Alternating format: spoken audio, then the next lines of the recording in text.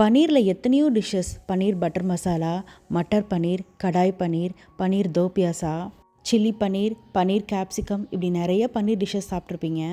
இது எல்லாத்துக்கும் equal tough கொடுக்கும் அந்த காலத்து ராஜாக்களுக்கு பரிமாறின இந்த நவாபி பன்னீர் கோர்மா. செய்யறதும் ரொம்ப ரொம்ப சிம்பிள். வாங்க எப்படி செய்கிறதுன்னு பார்ப்போம். ஒரு பேனில் கொஞ்சமாக எண்ணெய் விட்டுக்கோங்க. பெரிய வெங்காயத்தை நல்லா மெல்லிஸாக ஸ்லைஸ் பண்ணி இப்படி சேர்த்துக்கோங்க. அதுக்கப்புறம் பெரிய வெங்காயம் நல்லா இந்த மாதிரி ப்ரௌன் கலர் ஆகணும்.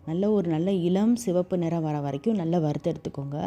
வறுத்து எடுத்ததை அப்படியே நல்லா ஆற வச்சுட்டு அப்படியே ஒரு மிக்ஸி ஜாரில் சேர்த்துக்கோங்க. வெங்காயத்தை கருக விட்டுறாதீங்க. கருக விட்டால் பயங்கர கசப்பு டேஸ்ட் வந்துடும். இப்போ அது கூடவே முந்திரி பருப்பு ஒரு 10 போல் சேர்த்துக்கோங்க. முந்திரி பருப்புக்கு அப்புறமா தேங்காய் சில் ஒரு 2 சில நல்லா பொடியாக வெட்டி சேர்த்துக்கோங்க.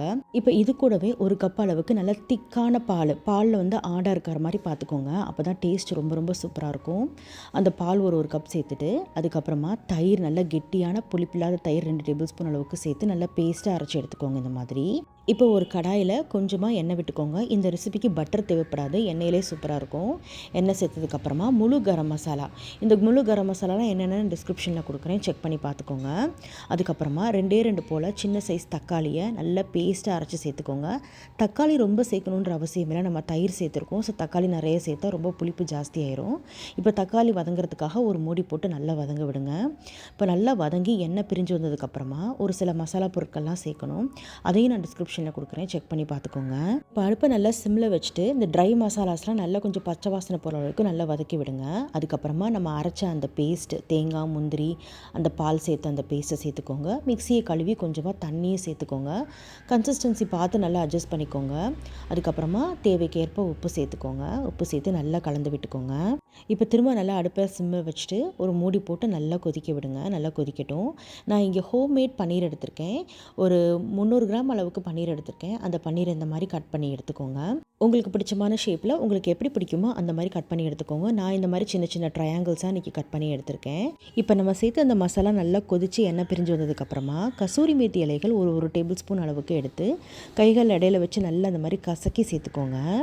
கசூரி மேத்தி இலைகளை நல்லா ரோஸ்ட் பண்ணி பவுடராகவும் சேர்த்துக்கலாம், அதுவும் டேஸ்ட்டாக இருக்கும். இப்போ நம்ம வெட்டி வச்ச பன்னீரை இப்போ சேர்த்துக்கோங்க. இப்போ இந்த ரெசிபிக்கு நான் பன்னீரை அப்படியே தான் சேர்க்குறேன். இதை நீங்கள் லேசாக பட்டரில் டாஸ் பண்ணியும் நீங்கள் சேர்க்கலாம், அதுவுமே டேஸ்ட்டாக இருக்கும். பிளேனாக சேர்த்தாலுமே இந்த ரெசிபியில் ரொம்ப ரொம்ப டேஸ்ட்டாக இருக்கும். கடைசியாக ஃப்ரெஷ் ஹோம்மேட் க்ரீம் ஒரு 2 டேபிள் ஸ்பூன் அளவுக்கு சேர்த்துக்கோங்க. உங்ககிட்ட ஃப்ரெஷ் ஹோம்மேட் க்ரீம் இல்லைன்னா ஃப்ரெஷ் அமுல் க்ரீம் கடைகளில் கிடைக்கும், அது எடுத்து ஒரு 2 டேபிள் ஸ்பூன் சேர்த்துக்கோங்க. சூப்பராக இருக்கும். ஃப்ரெஷ் ஹோம்மேட் க்ரீம் செய்கிறது ரொம்ப ரொம்ப ஈஸிங்க. அதோட ரெசிபி என்னோடய சேனலில் ஆல்ரெடி இருக்குது, கண்டிப்பாக செக் பண்ணி பார்த்துக்கோங்க. ஒன்றும் இல்லை, பன்னீரும் பாலும் 2 மிக்சியில் அடித்து அதை அப்படியே சேர்க்குறதா ஹோம்மேட் க்ரீமு. அதை சேர்த்துட்டு கடைசியாக ஃபினிஷிங் டச்சுக்கு கொஞ்சமாக கொத்தமல்லி இலைகளை தூவி இறக்குனீங்கன்னா ஷாஹி நவாபி கோர்மா ரெடி ஆயிடுச்சு. நான் சப்பாத்தியோடலாம் சர்வ் பண்ணுறதுக்கு சூப்பராக இருக்கும். பரோட்டாவோடும் சாப்பிட்லாம், ரொம்ப ரொம்ப சூப்பராக இருக்கும். கண்டிப்பாக நீங்களும் டின்னர் ரெசிபியை அதை ட்ரை பண்ணி பார்த்துட்டு எப்படி இருந்துச்சுன்னு சொல்லுங்கள். தேங்க்ஸ் ஃபார் வாட்சிங்.